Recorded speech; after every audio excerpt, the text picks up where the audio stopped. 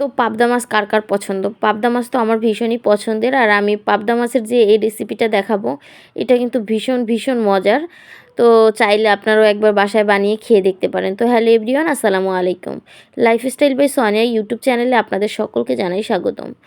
তো আমাদের এখানের ওয়েদারটা আজকে খুবই ফুরফুরে একটা ওয়েদার, মানে রোদ্দুরও না বৃষ্টিও না, হালকা মেঘলা, আবার খুব বাতাস, মানে মনটাও আমার খুব ভাল লাগতেছে। তো বাতাসের শব্দ হয়তো বা হালকা পাতলা আপনারা পেতে পারেন। আমি ভয়েস দেওয়ার সময় জানালা সব খোলা ছিল আর প্রচুর বাতাস আসতেছে।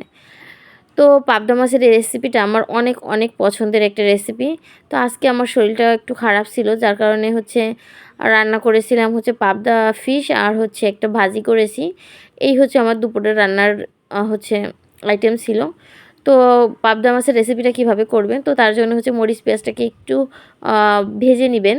ভেজে নেওয়ার পর এটা একটু ব্রাউন, হালকা ব্রাউন হয়ে আসলে তো আমি তারপরে জিরা, আদা, রসুন সব কিছুর একটা পেস্ট ছিল, সরি আদা ছিল না, রসুন আর জিরার পেস্ট ছিল।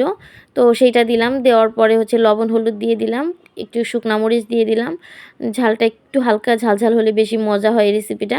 তো এই মশলাটাকে আমার ভালো করে কষিয়ে নেওয়া হয়ে গেছে। এখন দিব আলু।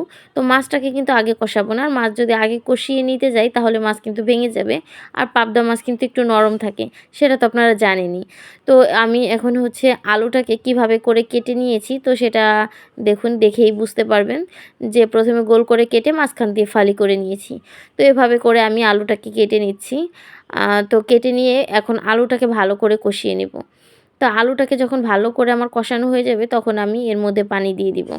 আর পানিটা যখন ফুটে বলক চলে আসবে তখন হচ্ছে আমি পাবদা মাছগুলোকে একটা একটা করে ছেড়ে দিব।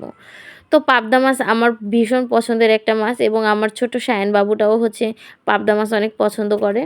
তো আমরা মা ছেলে দুজনেই পছন্দ করি, ওর বাবাও বেশ পছন্দ করে। আর বিশেষ করে মাঝে মাঝে শায়ানের আব্বু বলবে পাবদা মাছের এই রেসিপিটা করো। মানে পাবদা মাছ যদি ভেজে রান্না করা হয় আমার কাছে মনে হয় মজা লাগে না, মানে আলু দিয়ে এইভাবে রান্না করলে আমার কাছে বেশি ভাল লাগে, এবং শায়ানও এটা খুব পছন্দ করে। যাই হোক, তো এভাবে হচ্ছে আমি এখন ঢাকনা দিয়ে একটু ঢেকে দিলাম, আর ঢেকে দিয়ে হচ্ছে বলক আসা পর্যন্ত অপেক্ষা করব। এই যে দেখুন বলক চলে আসছে, আর আলুগুলো মানে 50% মতো সিদ্ধ হয়ে গেছে। তো এখন হচ্ছে এই পাবদা মাছগুলোকে দিয়ে দিব। তো পাবদা মাছ দেওয়ার সময় আস্তে আস্তে সুন্দর করে আপনি সিরিয়াল মোতাবেক দিয়ে দিবেন। দিয়ে দিলে তাহলে আর ভাঙবে না, আর আমি ওভাবে নাড়াচাড়াও করবো না, এভাবে দিয়ে আবার কিছু সময় দিয়ে ঢেকে রান্না করব। আর পাবদা মাছ কিন্তু খুবই নরম মাছ, আর খুব তাড়াতাড়ি রান্না হয়ে যায়।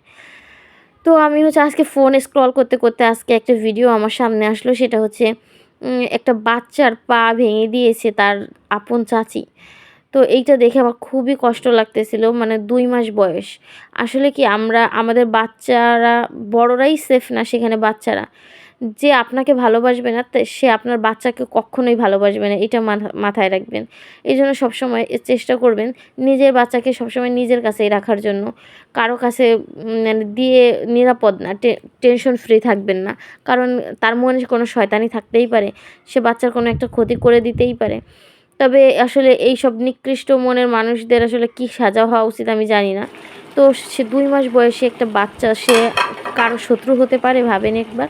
কিন্তু অথচ সেই বাচ্চাটা ঘুমিয়ে আছে, দেখলাম যে তার চাচি এসে তার পাটা ভেঙে দিয়েছে। বাচ্চাটা এত কান্না করতেছে, আমার দেখে কলিজাটা মানে ছিঁড়ে যাচ্ছিল।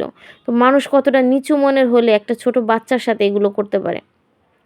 ছোট বাচ্চারা অনেক সময় 2 বছর 3 বছর বয়সী বাচ্চারা হচ্ছে দুষ্টামি করলে অন্য মানুষরা এমন একটা বিহেভ করে, মানে বাচ্চাটাকে না, মানে যদি মা বাবার সামনে হয়তো অনেক সময় বলতে পারে না, চোখ দিয়ে অনেক সময় রাগানি দেয়। কিন্তু আসলে বাচ্চাদের ক্ষেত্রে এরকম করা উচিত না, বা অনেক সময় বলে যে ওর মা এরকম, বাপ এরকম, এরকম এই জন্য বাচ্চাটাও এত শয়তান হয়েছে, এরকম অনেক সময় ট্রিট করে। কিন্তু একটা ছোট বাচ্চা, সে অনেক কিছু বুঝে না, বুঝলে কি ওরকম দুষ্টামি করে, বা সে পছন্দ করতেছে না, বিরক্ত হচ্ছে, তারপরও দুষ্টামি করে। তো এভাবে কি আর করে? তো আমার রান্না কিন্তু শেষ। তো আল্লাহ হাফেজ।